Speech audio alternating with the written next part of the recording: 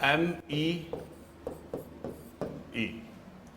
Actually जो management effective evolution है ये एक वैश्विक संस्था है जो कि किसी भी प्रकार के संरक्षित क्षेत्र, जैसे आपका टाइगर रिजर्व हो गया, वाइल्ड लाइफ सेंचुरी हो गया, या फिर आपका एस्चुरी हो गया, इन सब का जितने भी ये संरक्षित क्षेत्र है उसका संरक्षण करने का एक प्रायोजन है, एक वैश्विक रूपरेखा है। करेक्ट।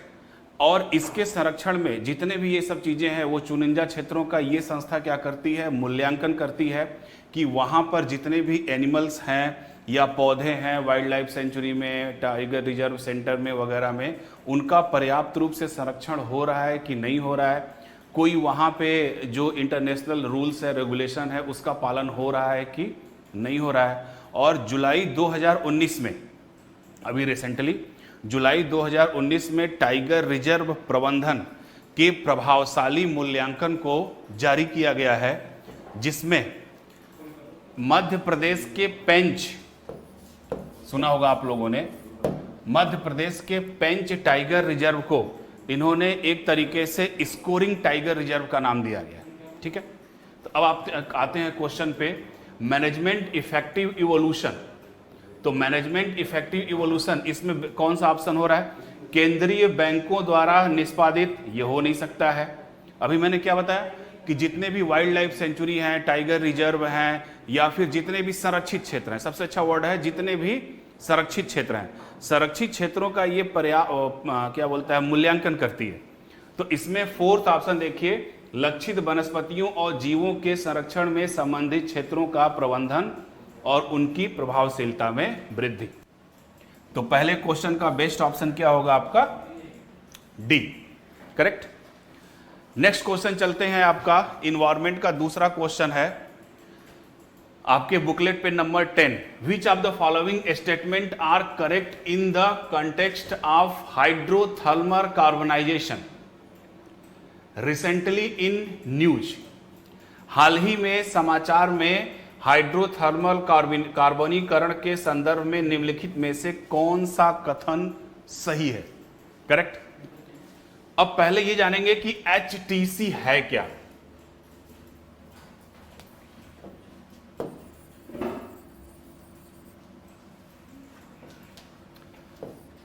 HTC नाम है इसका आपका हाइड्रोथर्मल कार्बोनाइजेशन। ये एक प्रकार की तकनीकी है जिसको IIT खड़गपुर ने इसको लॉन्च किया है। इस तकनीकी का जो इस्तेमाल है अभी वर्तमान समय में जापान और जर्मनी में यूज हो रहा है।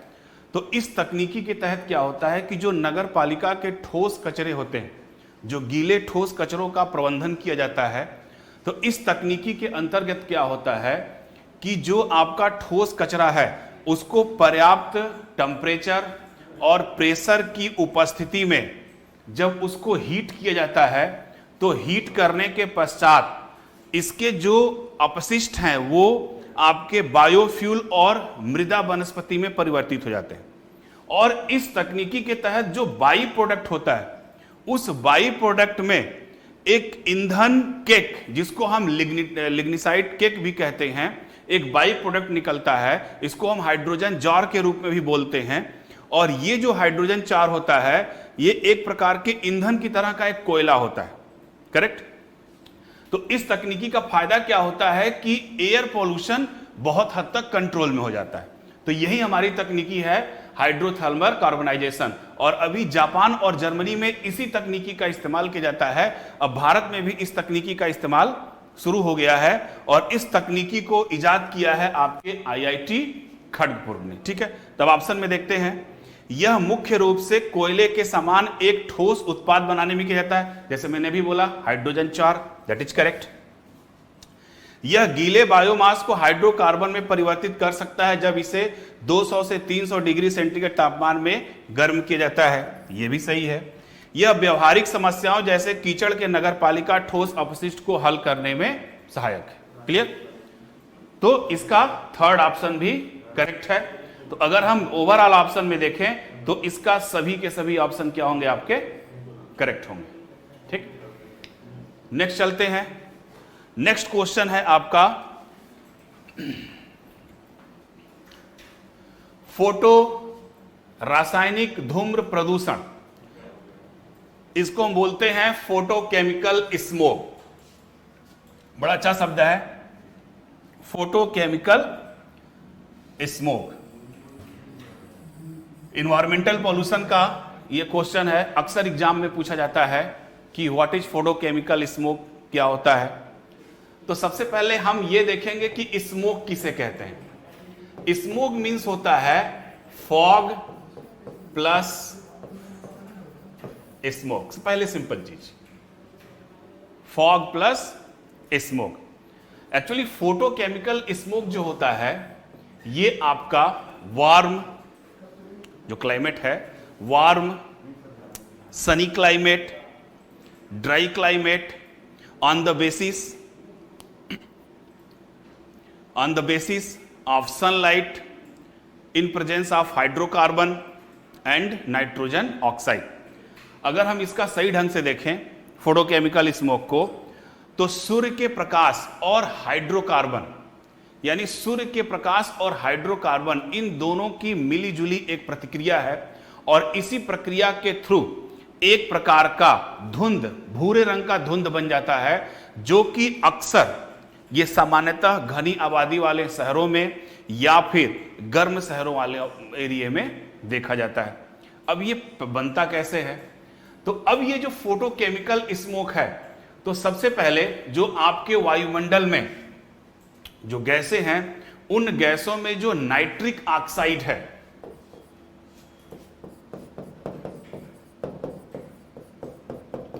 इस नाइट्रिक ऑक्साइड पर आइए चलते हैं। जो नाइट्रिक ऑक्साइड है, इस नाइट्रिक ऑक्साइड पर अल्ट्रावायलेट किरणें, ठीक है, या हम ये कह सकते हैं कि अल्ट्रावायलेट किरणों के पहले जब ये नाइट्रिक ऑक्साइड ऑक्सीजन से रिएक्ट करती है, तो नाइट्रिक ऑक्साइड ऑक्सीजन से रिएक्ट करने के बाद नाइट्रोजन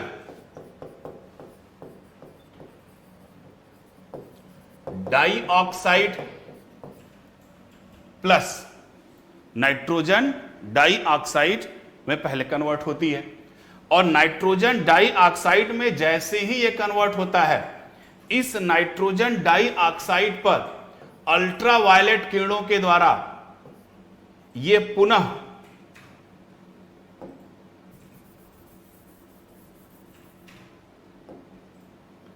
जैसे ही नाइट्रोजन डाइऑक्साइड पर अल्ट्रावायलेट किरणों से रिएक्शन होता है, ये अगेन पुनः नाइट्रिक ऑक्साइड प्लस मोनो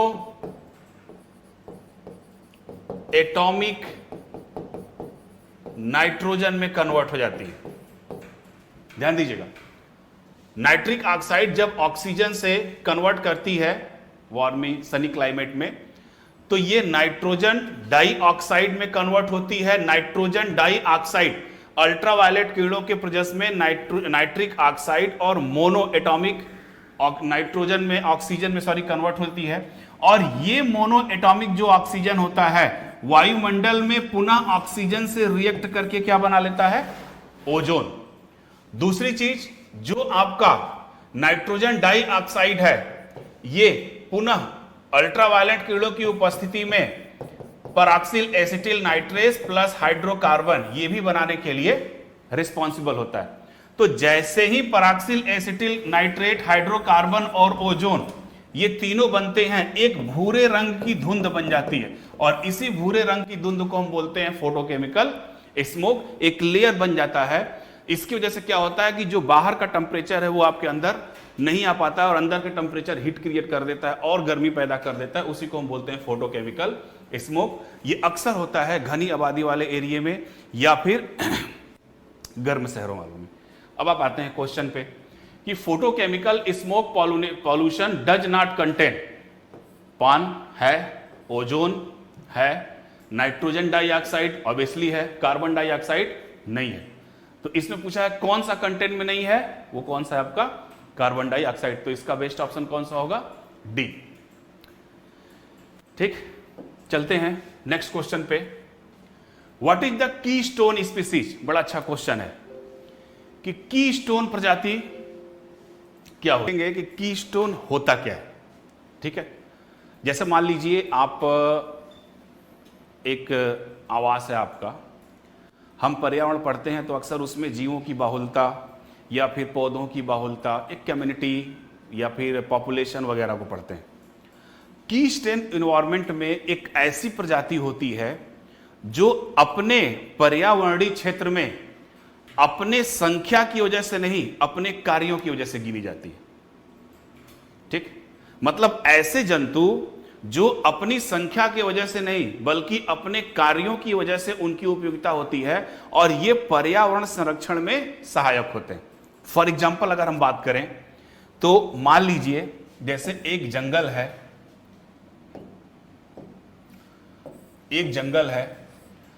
ये हरे घास का जंगल है। तो हरे घास के जंगल में घास का मैदान भी होगा, और घास का मैदान होगा तो इसमें शाकाहारी जंतु होंगे। अब शाकाहारी जंतुओं की अगर संख्या बढ़ती जाएगी तो जाहिर सी बात है कि ये घास को ज्यादा चरेंगे तो इकोलॉजिकल प्रोडक्टिविटी हमारी कम हो जाएगी। लेकिन अगर इसी जगह कोई एक मांसाहारी जंतु जैसे लायन पहुंच जाए, भले ये एक ही की संख्या में हो, तो जैसे लायन इस एरिया में पहुंचेगा बहुत सारे जो शाकाहारी जंतु हैं एक तो इसके द्वारा कुछ खा ले जाएंगे, उससे भी ज्यादा इसके डर से इस क्षेत्र को छोड़ देंगे।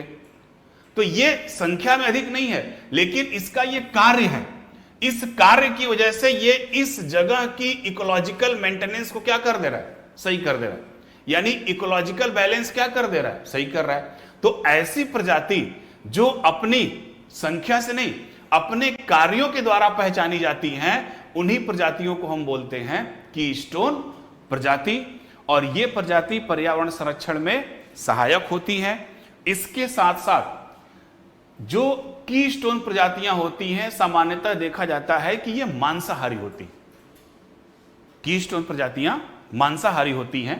तो अब ऑप्शन में जाते हैं, एक कीस्टोन एक ऐसी प्रजाति जो एक समुदाय के कुल बायोमास का छोटा भाग है परंतु उस समुदाय के संगठन पर व्यापक प्रभाव डालता है। ठीक है, तो इसका यही ऑप्शन करेक्ट हो रहा है।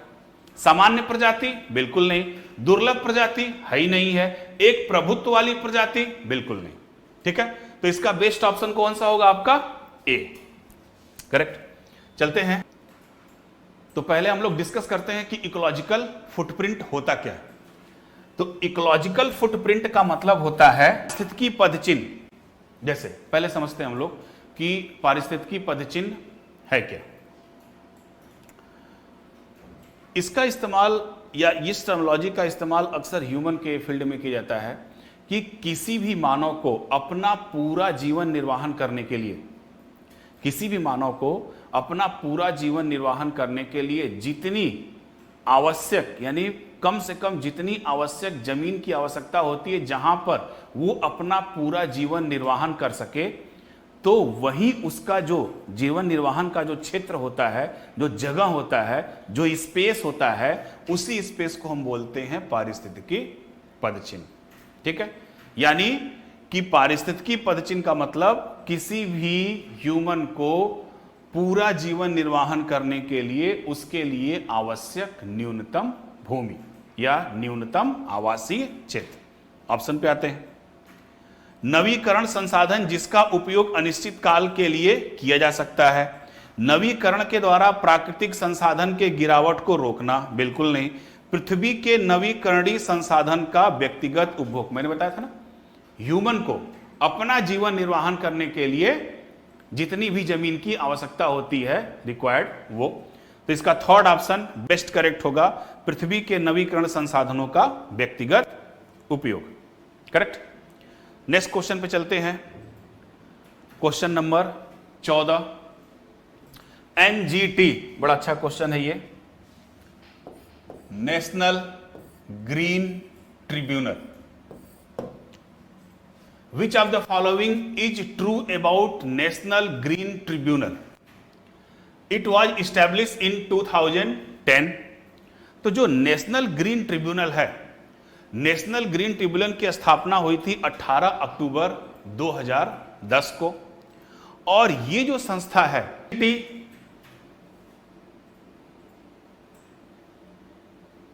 Question number 14।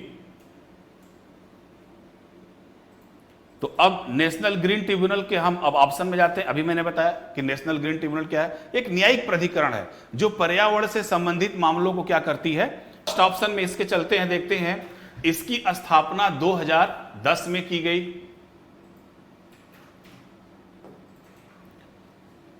दूसरा ऑप्शन, यह अपनी अधिकार का प्रयोग पर्यावरण सुरक्षा, वनों एवं प्राकृतिक संसाधनों के संरक्षण से संबंधित मुद्दों पर करता है। यह जीएम फसलों की सुनवाई का आदेश देता है। इसकी प्रथम पीठ नई दिल्ली में तथा अन्य पीठ मुंबई, भोपाल, कोलकाता, चेन्नई, पुणे भी है, याद रखिएगा, कोलकाता और चेन्नई में स्थित है। तो जैसे मैंने बताया कि इसकी स्थापना 2010 में की गई, करेक्ट है। ये इसका प्रयोग पर्यावरणीय सुरक्षा, वनों के प्राकृतिक संसाधनों में, करेक्ट है। इसमें जीएम फसलों, देखिए ये है जीएम फसलों का मतलब होता है जेनेटिक मॉडिफाई फसल।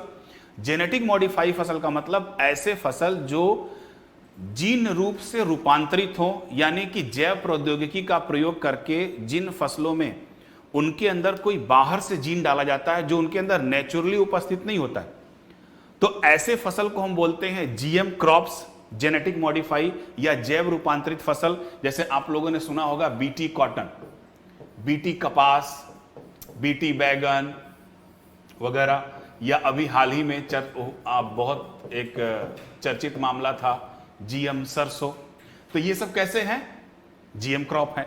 तो जीएम क्रॉप की सुनवाई के लिए, या जीएम क्रॉप भारत में लागू हुआ होगा कि नहीं, ये किसानों को दिया जाएगा कि नहीं, इसका फैसला एनजीटी नहीं करती है।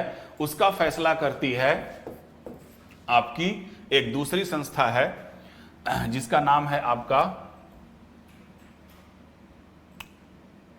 जीएम क्रॉप, ठीक है, करेक्ट। तो जीएम फसलों की सुनवाई का आदेश आपका नेशनल ग्रीन ट्रिब्यूनल नहीं देता है, इसकी संस्था आपकी दूसरी। तो इसका बेस्ट ऑप्शन कौन सा होगा? ये आपका कर रहा है, ये भी कर रहा है, ये भी कर रहा है। तो इसका फर्स्ट, सेकंड और फोर्थ, फर्स्ट, सेकंड, फोर्थ है, इसका ए ऑप्शन आपका करेक्ट होगा। हाँ, एक मिनट, इसी पर लीजिएगा, नेक्स्ट कहिए। हाँ, न्यायिक प्रकरण, जैसे अभी जीएम फसलों की बात चल रही थी, ठीक है, एक मिनट।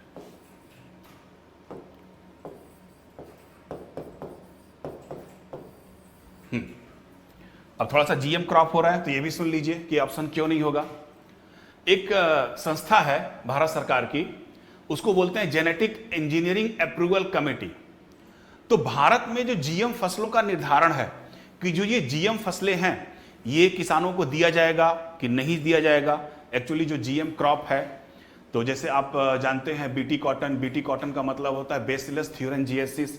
बेसिलस थ्यूरेंजिएंसिस एक बैक्टीरिया है। इस बैक्टीरिया के अंदर एक जीन होता है जिसको हम बोलते हैं Cry1AC जीन। ये जो Cry1AC जीन है ये एक प्रकार का नेचुरल पेस्टिसाइड्स पैदा करता है। तो जब Cry1AC जीन को हम नॉर्मल कपास के पौधे में डालते हैं तो उसके अंदर एक कीटनाशक प्रवृत्ति यानी कीट विरोधी प्रवृत्ति पैदा होती है, जिसके कारण हमको कपास के पौधों के ऊपर अनावश्यक रूप से जो कीटनाशक पदार्थ हैं डीडीटी वगैरह ये सब का छिड़काव नहीं करना पड़ता है। यानी पौधों का जो कपास के पौधे हैं जो वालवार्म कीड़ों के द्वारा ये नष्ट हो जाते हैं, तो उस वालवार्म कीड़ों से बचाव के लिए नॉर्मल कपास के पौधे में बीटी बैक्टीरिया से निकाले गए Cry1AC जीन को डाल दिया जाता है। तो उसी पौधे को हम बीटी कपास बोलते हैं। और ये जो बीटी कपास का पौधा है वो उसी बॉलवर्म कीड़े से बचाव करता है, जिससे बीटी कपास की उपयोग उत्पादकता बढ़ जाती है। अब भारत में जो जितने भी जीएम क्रॉप हैं, इस जीएम क्रॉप की जो अनुमति देने की संस्था है वो है जेनेटिक इंजीनियरिंग अप्रूवल कमेटी। ये कमेटी क्या करती है, पहले जीएम क्रॉप को सर्च करती है, देखती है, उसके अपने लैब में टेस्टिंग करती है। तो टेस्टिंग करने का जो निर्धारण है वो ये देखती है कि इसका, इस फसल का, क्योंकि ये जैव रूपांतरित फसल है, तो जैव रूपांतरित फसल का हमारे पर्यावरण पर कैसा प्रभाव पड़ेगा, हमारे स्वास्थ्य पे कैसा प्रभाव पड़ेगा। तो अगर इसका प्रभाव निगेटिव होता है तभी इन फसलों को किसानों के लिए व्यावसायिक उत्पादन के लिए दिया जाता है, अदरवाइज नहीं दिया जाता है। तो इस संस्था का काम कौन करती है, जेनेटिक इंजीनियरिंग अप्रूवल कमेटी। और अभी तक जीएम क्रॉप में केवल एक ही पौधा है, बीटी कपास, 2010 में, जिसको किसानों को व्यावसायिक कृषि के लिए अनुमति प्रदान की गई है। हाल ही में जीएम सरसों की बात चली थी, तो जीएम सरसों को अभी अलाउ नहीं किया गया है, क्योंकि जीएम सरसों एडिबल पार्ट है, इससे द्वारा जो ऑयल निकाला जाता है उसका अभी ह्यूमन हेल्थ पर क्या प्रभाव पड़ेगा, इसका प्रॉपर अभी तक रिसर्च नहीं हुआ है, और नहीं होने के कारण अभी तक इसको अनुमति नहीं दी गई है। तो जेनेटिक इंजीनियरिंग अप्रूवल कमेटी का जो काम है वो जीएम क्रॉप को अनुमति देना। तो इसका ये ऑप्शन आपका सही नहीं होगा, तो इसका बेस्ट ऑप्शन होगा 1 2 4। नेक्स्ट क्वेश्चन चलते हैं।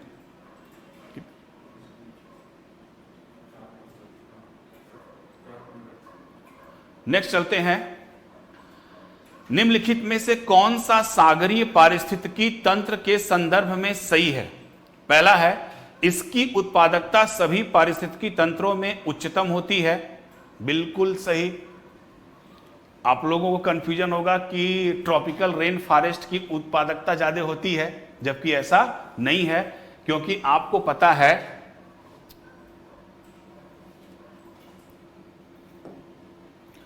कि जो मैरीन इकोसिस्टम है ये तो सबसे स्टेबल इकोसिस्टम है, ये भी ध्यान दीजिएगा, स्टेबल इकोसिस्टम। अब इस मैरीन इकोसिस्टम में एस्चुरी भी है, ठीक है, कोरल रीफ भी है, जो हाई लेवल के बायोडायवर्सिटी या इकोलॉजिकल प्रोडक्टिविटी बहुत ज्यादा है यहां पर। तो जनरली जो मैरीन इकोसिस्टम की उत्पादकता है वो ट्रॉपिकल रेन फॉरेस्ट से लगभग 8 टाइम्स ज्यादा होती है। तो ये ऑप्शन करेक्ट है। नेक्टॉन सक्रिय तैरने वाले प्राणी होते हैं।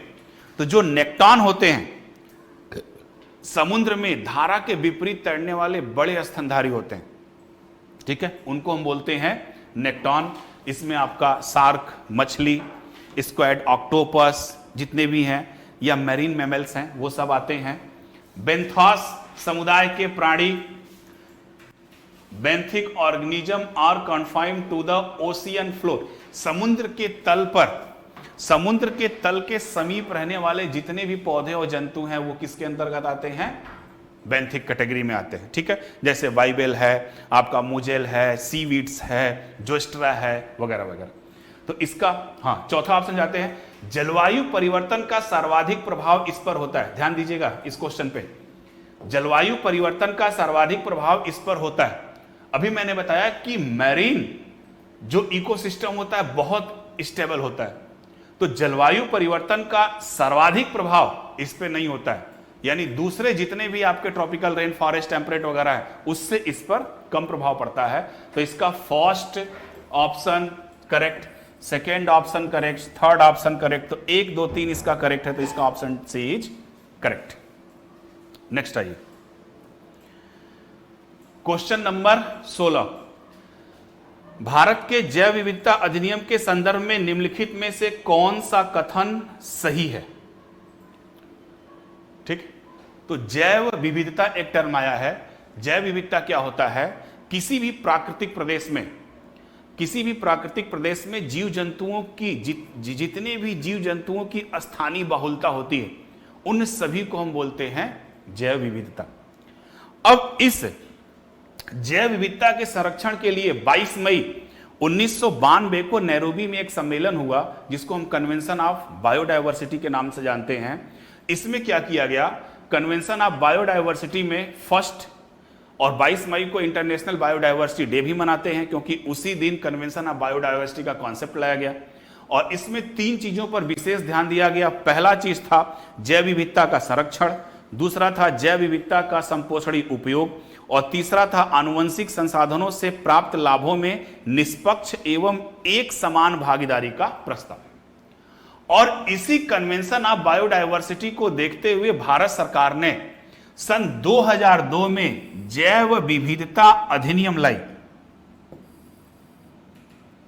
जैव विविधता अधिनियम पारित किया गया, और इसका जो हेड ऑफिस है, और उसी 3 पॉइंट के संरक्षण के लिए, और इसका जो हेड ऑफिस है वो चेन्नई में है, जबकि हैदराबाद में नहीं है। नेशनल बायोडायवर्सिटी बोर्ड या प्राधिकरण का गठन किया गया, स्टेट लेवल पे भी गठन किया गया। थर्ड, इसका पर जैविक संसाधनों से संबंधित किसी भी शोध के परिणाम को किसी विदेशी को हस्तांतरित करने से पूर्व किसी भी भारतीय को वैश्विक रूप से राष्ट्रीय जैव विविधता प्राधिकरण बोर्ड से अनुमति आवश्यक है, ताकि आपके प्राकृतिक संसाधनों का दुरुपयोग न हो, जो थर्ड ऑप्शन में है उसमें।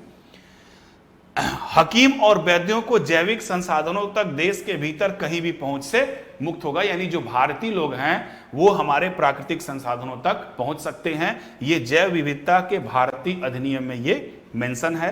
तो इसका जो जैव विविधता प्राधिकरण हैदराबाद की जगह ये कहां पे है आपका, चेन्नई में। तो सेकंड गलत है, फर्स्ट एवं थर्ड इसका सही है। तो इसका मोस्ट करेक्ट जो ऑप्शन होगा वो आपका कौन सा होगा, फर्स्ट एवं third, D option correct. Next चलते हैं क्वेश्चन नंबर 17।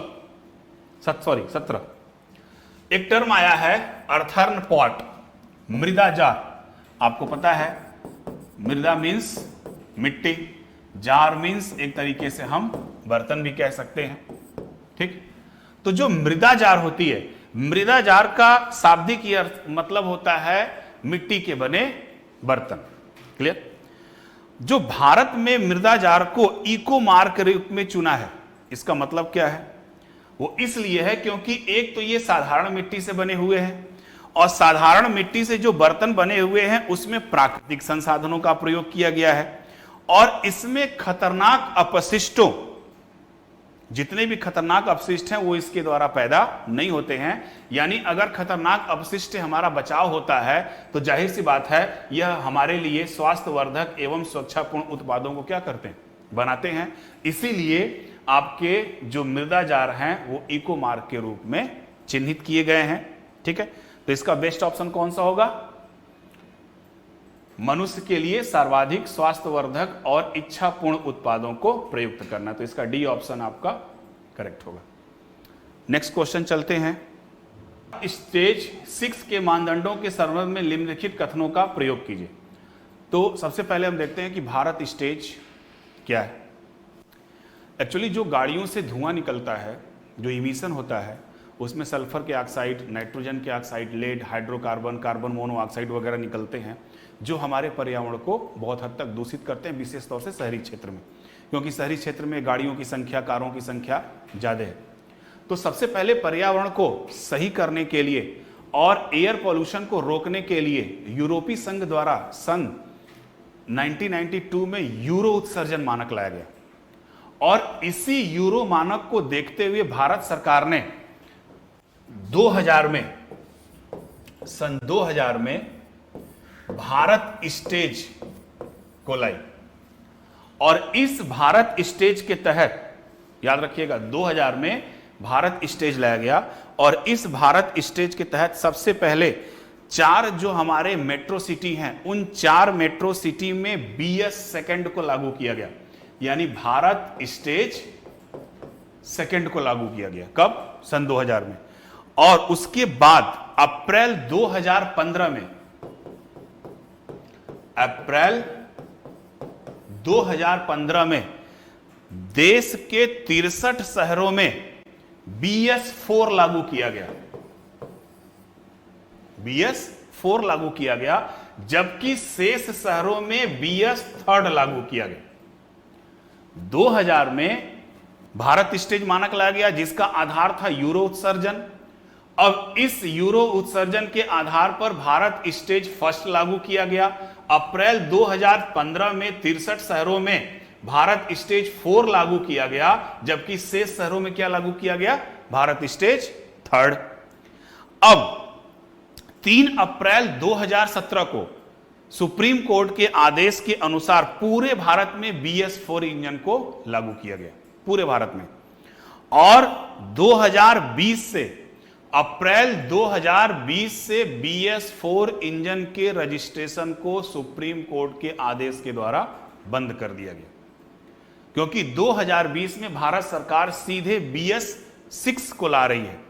ठीक, अब BS4 और BS6 में विशेष तौर से अंतर क्या है कि जो BS4 है आपका और आपका BS6 है, अगर हम बात करें, और भी बहुत सारी चीजें हैं, अगर हम बात करें सल्फर के उत्सर्जन का, तो BS4 तो 50 ppm सल्फर का उत्सर्जन करता है। उसकी तुलना में जो BS6 होगा वो मात्र 10 ppm का उत्सर्जन करेगा। ठीक, तो अगर हम इसके पहले ऑप्शन पे जाते हैं तो पहला ऑप्शन है, इसमें सल्फर सामग्री के 50 ppm का उपयोग होगा, जबकि BS6 में क्या उपयोग होगा? 10 ppm का। तो ये पहला ऑप्शन क्या हो जाएगा? गलत हो जाएगा। सेकंड, सभी वाहनों पर on board diagnostic OD on board diagnostic on all vehicle will be enable real time tracking of emission, that is correct। तो इसका मोस्ट ऑप्शन करेक्ट क्या होगा आपका? केवल 2। ठीक, नेक्स्ट क्वेश्चन पे चलते हैं। हाँ, ये एक्चुअली ज्योग्राफी का क्वेश्चन।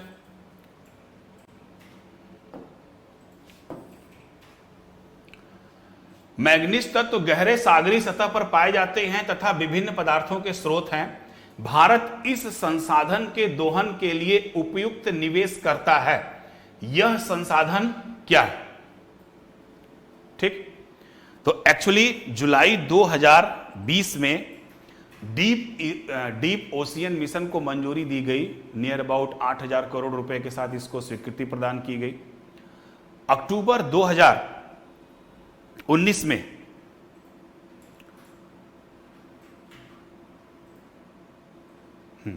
ठीक है, डीप ओशियन मिशन। अब इस डीप ओशियन मिशन के तहत क्या हुआ कि जो गहरे समुद्री एरिया हैं, इस गहरे समुद्री एरिया में एक प्लेट होती है जिसको हम बोलते हैं पॉलीमेटेलिक नोड्यूल्स। तो इस पॉलीमेटेलिक जो नोड्यूल्स होते हैं इसको हम मैग्नीज नोड्यूल्स भी बोलते हैं, और ये बिल्कुल समुद्र के गहराई में स्थित होते हैं। तो इन्हीं जो पॉलीमेटेलिक नोड्यूल्स होते हैं, इस पॉलीमेटेलिक नोड्यूल्स में मैग्नीज और लोहे के साथ साथ अन्य भी भारी तत्वें पाए जाते हैं, जैसे कोबाल्ट है, सीसा है, निकिल है, कैडमियम है, वेडेनियम है, टाइटेनियम है इत्यादि पाए जाते हैं। इन्हीं का दोहन करने के लिए डीप सी ओशियन मिशन को लागू किया गया है, चलाया गया है। तो इसमें मैग्नीशियम और लोहे ये तो कॉमन है, सॉरी मैग्नीज और लोहा ये तो कॉमन है। इसके साथ साथ निकिल भी है, कोबाल्ट भी है, तांबा भी है, वगैरह भी है। ठीक है, लेकिन तांबा और कोबाल्ट ये दो ऐसे तत्व हैं जो आर्थिक और सामरिक रूप से अत्यधिक माने जाते हैं, सही माने जाते हैं।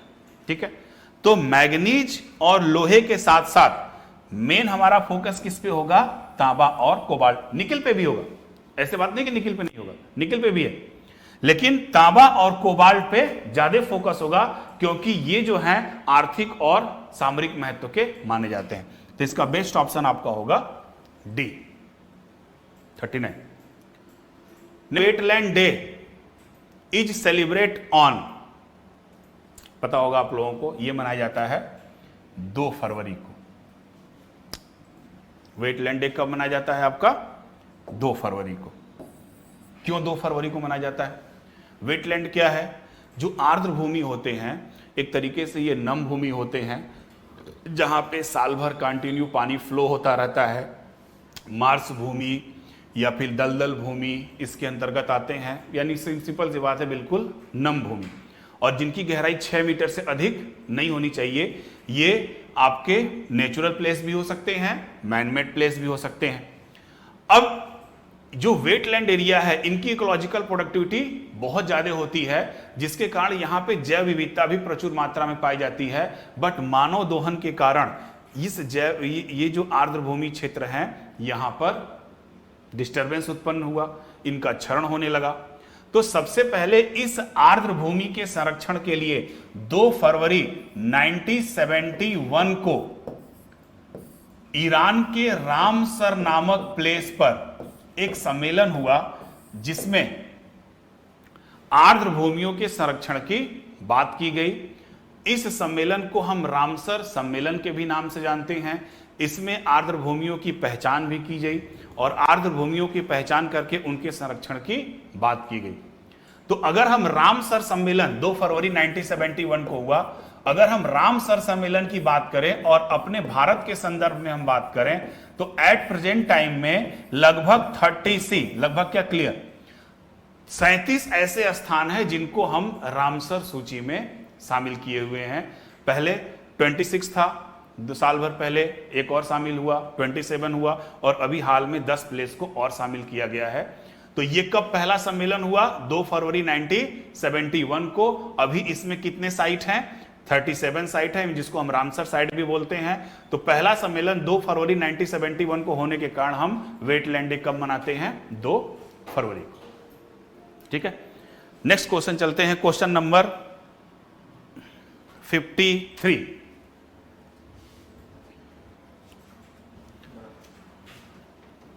छब्बीस जनवरी 1930 को स्वतंत्रता प्रतिज्ञा में उल्लेख 4 फोल्ड डिजास्टर में कौन नहीं था? 4 फोल्ड डिजास्टर में कौन नहीं था? अब देखिए, जो आपका 53 क्वेश्चन है, एक्चुअली रियल में इसका न इन्वायरमेंट से संबंध है, न ही जियोग्राफी से संबंध है। ये हिस्ट्री का क्वेश्चन है, जो मिस्टेक की वजह से हमारे सेक्शन में चला आया है। क्लियर? लेकिन फिर भी 4 फोल्ड डिजास्टर है क्या? एक्चुअली 26 जनवरी 1930 को भारतीय राष्ट्रीय कांग्रेस द्वारा सार्वजनिक घोषणा की गई, जिसमें एक दिन जिसे कांग्रेस पार्टी ने भारतीयों से स्वतंत्रता दिवस के रूप में मनाने का आग्रह किया। तो उसी को हम बोलते हैं 4 फोल्ड डिजास्टर। ठीक है, तो इसका और इसमें लक्ष्य क्या रखा गया? किस आधार पर? आर्थिक आधार पर, आध्यात्मिक आधार पर और सांस्कृतिक आधार पर। इसमें सामाजिक आधार को हमने शामिल उन लोगों ने नहीं किया था। तो इसमें कौन सा ऑप्शन आपका सही होगा? सी। नेक्स्ट क्वेश्चन आइए, इकोलॉजिकल नीके इज डिफाइन एज, बड़ा अच्छा टर्म है, इकोलॉजिकल नीके, पारिस्थितिकी नीके, इसको हम निकेत के भी नाम से जानते हैं। तो पहले देखते हैं कि पारिस्थितिकी निकेत होता क्या है। पारिस्थितिकी निकेत का मतलब होता है कि ऐसी जातियां, ठीक है, जो अपनी संख्या, ऐसी जातियां जो किसी भी क्षेत्र में जो आप सरवाइव करती हैं, तो उनका एक निश्चित प्लेस होता है और उसी निश्चित प्लेस में वो अपना पूरा जीवन क्या करती हैं? निर्वाहन करती हैं। इसी स्थान को याद रखिएगा, प्लेस की बात होती है इसमें, इसी स्थान को हम बोलते हैं पारिस्थितिकी निकेत। जैसे फॉर एग्जांपल अगर हम बात करें कि आपका एक घर है, इस घर में एक आपका ड्राइंग रूम है, बेडरूम है, आपका बेडरूम है, आपके फादर पेरेंट्स का बेडरूम है, गेस्ट रूम अलग होता है। अगर आपके यहाँ कोई जानवर है तो उन जानवरों का भी एक प्लेस होता है। तो अब करते क्या है कि आपका जो ये बेडरूम है या आपका जो प्लेस है, आप अपने पूरे स्टडी के दौरान आप यहीं पे सरवाइव करते हैं, न कि आप यहां पे सरवाइव करते हैं। ठीक है, आपके घर में जितने भी जानवर बंधे हुए होते हैं उनका एक निश्चित आवासीय क्षेत्र होता है। ऐसा नहीं होता कि वो आपके बेडरूम में जाके रहते हैं। आपके पेरेंट्स का जो आवासीय क्षेत्र होता है, आपका पेरेंट्स का जो बेडरूम होता है, वो आपके रूम में शिफ्ट नहीं होता है, वो वहीं पे जीवन सर्वाइव करते हैं। यानी कि वे जंतु, उन जंतुओं का एक निश्चित आवासीय क्षेत्र जहां पर वो अपना पूरा जीवन निर्वाहन करते हैं, वही आवासीय क्षेत्र उनका कहलाता है पारिस्थितिकी नीचे। क्लियर? अब ऑप्शन में आते हैं। एक समुदाय में प्रजातियों, जाति की बात हो रही है, समुदाय की बात नहीं हो रही, ठीक है, करेक्ट। सेकंड, ऐसा स्थान जहां प्राणी रहते हैं, कुछ हद तक बट पूरी तरीके से नहीं, ऐसा स्थान जहां प्राणी रहते हैं तथा अपने कर्तव्यों का निर्वहन करते हैं, दैट इज करेक्ट। सी सही है, डी पे जाना ही नहीं। नेक्स्ट 55 पे चलते हैं। 55, कार्बन मोनोऑक्साइड।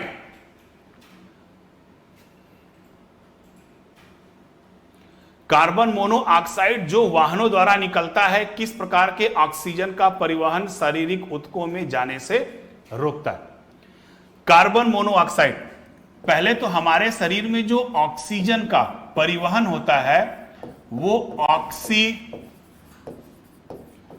हीमोग्लोबिन के रूप में होता है। हमारे ब्लड में के हीमोग्लोबिन में जो ऑक्सीजन होता है, ऑक्सीजन हीमोग्लोबिन के साथ कंबाइन करता है और फिर ब्लड के थ्रू पूरे शरीर में ये संचरण करता है, ऑक्सीजन का परिवहन। लेकिन अगर पर्यावरणीय प्रदूषण के तहत कार्बन मोनोऑक्साइड आपके शरीर में गया, तो जो हीमोग्लोबिन की जो रिएक्टिविटी होती है, इस हीमोग्लोबिन की रिएक्टिविटी अगर ये दोनों एक साथ हैं, तो ऑक्सीजन की तुलना में कार्बन मोनोऑक्साइड से ज्यादा रिएक्ट करता है और ये लगभग 300 टाइम्स ज्यादा रिएक्ट करता है, और 300 टाइम्स ज्यादा रिएक्ट करके एक नया यौगिक बना लेता है जिसको हम बोलते हैं कार्बोक्सिलिक हीमोग्लोबिन या कार्बोक्सिक हीमोग्लोबिन।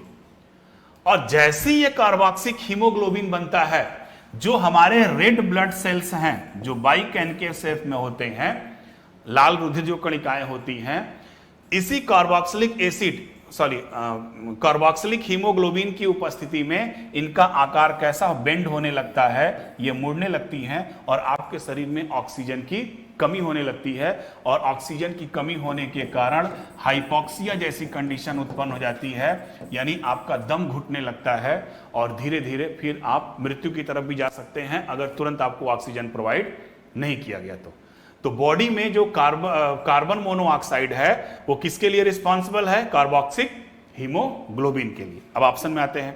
हीमोग्लोबिन के साथ स्थिर यौगिक का निर्माण कर लेता है, करेक्ट। हीमोग्लोबिन के साथ ऑक्सीजन की प्रतिक्रिया को रोककर हीमोग्लोबिन के कार्बन डाइऑक्साइड में परिवर्तित कर देता है? बिल्कुल नहीं। हीमोग्लोबिन को नष्ट कर देता है? बिल्कुल नहीं। क्या कर देता है? हीमोग्लोबिन के साथ एक अस्थाई यौगिक का निर्माण करता है, जिसके कारण ऑक्सीजन का कंजप्शन आपकी बॉडी में नहीं हो पाता है और ऑक्सीजन की कमी हो जाती है, और ऑक्सीजन की कमी होने के कारण आपका दम घुटने लगता है और कभी कभी इससे मृत्यु हो जाती है। तो इसका बेस्ट ऑप्शन होगा आपका 55 का ए, ठीक। नेक्स्ट क्वेश्चन चलते हैं 56 है आपका मॉन्ट्रियल प्रोटोकॉल बहुत महत्वपूर्ण है। पहला है आपका क्योटो प्रोटोकॉल और दूसरा है आपका मॉन्ट्रियल प्रोटोकॉल। तो जो क्योटो प्रोटोकॉल है उसका संबंध आपके ग्रीन हाउस गैसों से है, यानी ग्रीन हाउस गैसों का उत्सर्जन हम कैसे रोकें, क्या करें, इसमें क्या क्या प्रावधान है। लेकिन जो मॉन्ट्रियल प्रोटोकॉल है, मॉन्ट्रियल प्रोटोकॉल के तहत जो एक्शन प्लान बनाया गया है उसमें ओजोन परत के क्षरण, जो ओजोन हमारा क्षरण हो रहा है ग्रीन हाउस गैसों की उपस्थिति के कारण, इसको कैसे रोका जाए उसकी बात की गई है आपके किसमें? मॉन्ट्रियल प्रोटोकॉल में, ठीक है। तो उसका बेस्ट ऑप्शन क्या होगा आपका? ओजोन तत्वों का क्षरण के हौज से। नेक्स्ट चलते हैं। नेक्स्ट क्वेश्चन है ओलिव रिडले कछुओं का संदर्भ में निम्नलिखित में से कौन सा कथन सही है? एक्चुअली ये जो है एक प्रकार के समुद्री कछुए होते हैं, और जितने भी कछुए होते हैं उनमें ये सबसे छोटे होते हैं, लेकिन बहुतायत संख्या में होते हैं। और उड़ीसा के तट, जो उड़ीसा का तट है महिरगाथा, उसमें इनकी संख्या अधिक होती है। तो अब क्या है कि जो मछुआरे होते हैं ये अपने मछलियों पकड़ने के लिए बड़े बड़े जाल लगाते हैं, तो उन बड़े जालों में ये क्या करते हैं, फंस जाते हैं और इनकी मृत्यु हो जाती है, फिर इनकी संख्या में कमी आने लगती है। तो अब जो भारत सरकार है, भारत सरकार द्वारा इनके संरक्षण की बात की गई है। तो इनके संरक्षण के लिए जो हमारे तटरक्षक हैं, तटरक्षकों द्वारा एक ऑपरेशन चलाया गया जिसका नाम है ऑपरेशन ओलिवर। ऑपरेशन ओलिवर क्या है कि जो गैर कानूनी रूप से जो जाल लोग लगा देते हैं मछलियों को पकड़ने के लिए, जिसके कारण हमारे जो कछुए होते हैं उनकी भी मृत्यु जाती है, तो उनसे बचाव के लिए ये ऑपरेशन है। तो इसमें अगर हम ऑप्शन में जाए तो फर्स्ट ऑप्शन भी इसका करेक्ट है, सेकंड ऑप्शन भी इसका करेक्ट है, और थर्ड ऑप्शन भी भारत के एक संकटपन्न प्रजाति नहीं, ये क्रिटिकल इंडेंजर में नहीं आती है, ये वल्नरेबल कैटेगरी में आते हैं। वल्नरेबल कैटेगरी का मतलब ये होता है कि इनकी संख्या ज्यादा है, अभी खतरा नहीं है, लेकिन इन फ्यूचर में कभी भी खतरा होने की संभावना हो सकती है। तो इसका बेस्ट करेक्ट आंसर होगा आपका 1, 2 एंड 3। तो इसका ऑप्शन होगा आपका ए। नेक्स्ट क्वेश्चन चलते हैं 58। वन अधिकार के संदर्भ में कौन सा कथन सही है? फॉरेस्ट राइट एक्ट, चर्चा करते हैं। इसको 2006 में पारित किया गया, बिल्कुल सही है। यह वनोत्पादन विशिष्ट संग्रहण तक पहुंच एवं उसके मालिकाना अधिकार की पहचान भी करता है, यह भी सही है। सामुदायिक वन संसाधन के संरक्षण, प्रबंधन, सुरक्षा के अधिकार, बिल्कुल सही है। इस अधिनियम के अनुसार वन्य जीव संरक्षण के लिए अगर आवश्यक हो तो एक प्रक्रिया के तहत वन क्षेत्रों या अन्य स्थानों पर पुनर्स्थापना, बिल्कुल। इसका चारों ऑप्शन आपका करेक्ट है। नेक्स्ट आइए, निम्नलिखित में से कौन सा कथन जलवायु परिवर्तन के संदर्भ में सही है? जलवायु परिवर्तन, पहला ऑप्शन पूर्णतः मानव जनित घटना है, बिल्कुल नहीं, प्राकृतिक रूप से भी जलवायु परिवर्तन होता है। दूसरा, अल्पकालिक रूप से वैश्विक उष्णता क्षेत्रों के कुछ निश्चित फसलों की कृषि उत्पादकता को बढ़ाने में मदद करता है, ठीक। अल्पकालिक रूप से वैश्विक, in short run global warming will increase agriculture productivity certain crop in temperate zone, बिल्कुल सही। ग्लोबल वार्मिंग हमेशा के लिए नुकसानदायक ही नहीं होता है, ठीक। Arora borealis is result of global warming, total गलत। अरोरा बोरेलिस जो होता है ये एक प्रकार का, यह जो है मुख्य रूप से उच्च अक्षांश क्षेत्रों में आकाश में प्रकाश का एक प्रदर्शन है। इसे ध्रुवी प्रकाश के रूप में भी जाना जाता है।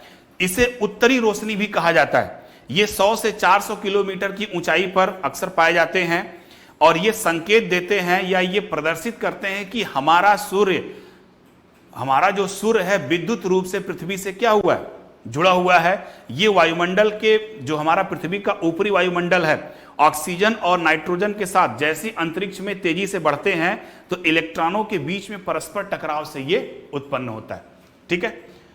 उत्तरी ध्रुव प्रकाश का ये भी नहीं है। प्रवाल विरंजन जलवायु परिवर्तन का एक धनात्मक, प्रवाल विरंजन, कोरल ब्लीचिंग से कोरल को नुकसान होता है, कोई फायदा नहीं होता है, ठीक है। तो इसका बेस्ट ऑप्शन कौन सा होगा? सेकंड, ओनली, केवल 2। नेक्स्ट क्वेश्चन आते हैं आपके 60 पे। निम्नलिखित में से कौन सा कथन सही है? ई आंख परियोजना की शुरुआत जिम कॉर्बेट नेशनल पार्क या जिम कॉर्बेट बाघ रिजर्व में किया गया। पेटा के इस साल का व्यक्तिगत पुरस्कार, पहले चर्चा करते हैं। ई आंख परियोजना, ई आंख परियोजना क्या है? ये जिम कॉर्बेट नेशनल पार्क में सन 2012 में शुरू की गई। इसमें टावरों पर वीडियो रिकॉर्डिंग के लिए कैमरे लगाए गए, जिसके कारण बाघों का लाइव इलेक्ट्रॉनिक निगरानी की जाती थी, ठीक है। तो ई आंख परियोजना का संबंध किससे? बाघ से, और किसको लगाया गया था? जिम कॉर्बेट नेशनल पार्क में। यह ऑप्शन सही है। पेटा के साल का व्यक्ति पुरस्कार शशि थरूर को प्रदान किया गया। एक्चुअली इसमें थोड़ा सा मेंशन हो गया, सन देना चाहिए था कि 2019 या 2020, मैं आपको मेंशन कर दे रहा हूं कि 2019 के पेटा का जो पुरस्कार दिया गया था वो विराट कोहली को दिया गया था, और रिसेंटली जो 2020 का पेटा पुरस्कार दिया गया है वो दिया गया है आपका जोक्विन थियोनिक्स को। ये 2020 का पेटा पुरस्कार इनको दिया गया है और 2019 का दिया गया था आपको विराट कोहली का। थर्ड ऑप्शन में आते हैं, पर्यावरणीय संरक्षण और सतत विकास हेतु अंतरराष्ट्रीय केंद्र की स्थापना नई दिल्ली में, जी नहीं, जयपुर में किया गया था, नई दिल्ली में नहीं किया गया था। तो इसका कौन सा ऑप्शन सही होगा? अच्छा, एक भी और है, शेर पूंछ lion tail macaque is one of the critical हाँ ये भी सही है, फोर्थ ऑप्शन भी सही है। तो इसका फोर्थ सही होगा और 1 सही होगा। आप देख लीजिए किसमें है, बी ऑप्शन करेक्ट है। नेक्स्ट 60 के बाद चलते हैं 61। 61 है केवलादेव पक्षी अभ्यारण्य, Keoladeo world sanctuary is the located, ये रामसर साइट में भी है, जो 36 रामसर साइट है उसमें भी है, और ये विश्व की प्राकृतिक धरोहरों में से एक है। इसका दोनों ऑप्शन सही है, ठीक है, इसमें बहुत ज्यादा बताने लायक कोई चीज नहीं है। नेक्स्ट चलते हैं 67 पे, फसलों में खुले प्रदूषित किस्मों के संदर्भ में। देखिए इसमें एक टर्म आया है खुले एक मिनट, इसका हिंदी आप लोग सुधार कर लीजिएगा, खुले प्रदूषित नहीं है, खुले परागित होगा।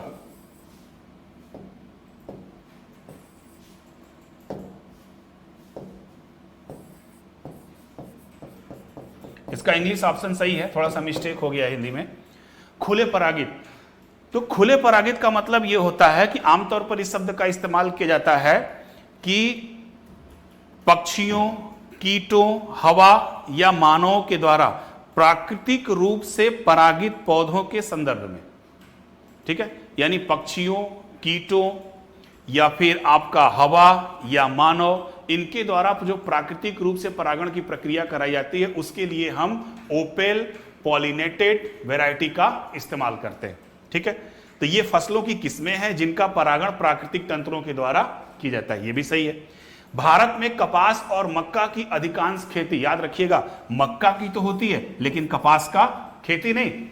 जो ओपन पॉलिनेटेड वैरायटी में आपका मक्का आता है लेकिन कपास नहीं आता है, तो इसका सेकंड ऑप्शन आपका सही नहीं होगा, फर्स्ट ऑप्शन सही होगा, तो इसका केवल ओनली 1 सही होगा। नेक्स्ट क्वेश्चन है 69, क्षेत्रफल के अनुसार कौन सा राज्य, ये तो सिंपल है, जो केंद्र शासित क्षेत्र में सर्वाधिक अनावरण है, ये है आपका मध्य प्रदेश। मध्य प्रदेश, तो इसका बेस्ट ऑप्शन करेक्ट होगा आपका मध्य प्रदेश। नेक्स्ट 70, निम्नलिखित में से विचार कीजिए, घड़ियालों को भारत में विलुप्त होने से बचाने के लिए उसके प्रजनन हेतु एक परियोजना 1974 में प्रारंभ की गई, जी नहीं, इसके लिए परियोजना शुरू की गई थी 1975 में। लवणीय जल घड़ियाल भारत के पूर्वी तटों के साथ साथ अंडमान निकोबार में पाए जाते हैं, जी ऐसा नहीं है। जो आपके साल्ट वाटर जो घड़ियाल होते हैं इनका जो प्लेस है ये जनरली पाए जाते हैं वेस्ट बंगाल, आंध्र प्रदेश, तमिलनाडु और उड़ीसा के तट पे अधिक पाए जाते हैं। तो इसका न तो फर्स्ट ऑप्शन करेक्ट है और न ही आपका सेकंड ऑप्शन करेक्ट है, तो most correct option is D 70। Next 71 में विच of the following fauna species found in India. पहले चलते हैं वाइल्ड सिप। जो वाइल्ड सिप होती है इसको हम जंगली भेड़ भी बोलते हैं, ये भारत के हिमालय में पाई जाती है, पश्चिम घाट में नीलगिरी ताहर इसी कैटेगरी के आते हैं जंगली भेड़, तो ये भी भारत में पाई जाती है। दूसरा हम चलते हैं मारखोर, इसको भी हम जंगली बकरा बोलते हैं, जो जम्मू एंड कश्मीर में पाई जाती है। थर्ड है आपका आइबेक्स, इसको भी हम जंगली बकरा बोलते हैं लेकिन ये हिमालय रीजन में पाई जाती हैं। फोर्थ है आपका श्रीव चूहा, आप लोग जानते होंगे, गांव के लोग हैं छुछुंदर बोलते हैं इसको नॉर्मल कॉमन लैंग्वेज में, चूहे की से मिलती जुलती प्रजाति है, ये भी भारत में पाई जाती है। तापीर, सुअरों के समान एक बड़ी बड़े जो एनिमल्स होते हैं ये दिखने में सूअर जैसे होते हैं, बट इनका जो आवासीय क्षेत्र, बड़े स्तनधारी होते हैं, इनका आवासीय क्षेत्र जो होता है वो आपका है दक्षिण अमेरिका, ये भारत में नहीं पाए जाते हैं। स्नो लेपर्ड, तेंदुआ आप जानते ही हैं, तो इसमें केवल और कौन भारत में नहीं पाया जाएगा? तापीर, इसके अलावा सब भारत में पाए जाते हैं। तो इसका मोस्ट करेक्ट होगा आपका 1, 2, 3, 4 और 6। नेक्स्ट चलते हैं क्वेश्चन नंबर 74 पे। पशुओं के पाचन से कौन सा ग्रीन हाउस गैस उत्सर्जन होता है? बहुत आसान क्वेश्चन है। क्या उत्सर्जन होता है? मीथेन। जितने भी जुगाली करने वाले जंतु हैं, पशुओं का मतलब यहां पे जुगाली करने वाले, सभी जुगाली करने वाले जंतुओं से मीथेन उत्सर्जित होता है। नेक्स्ट,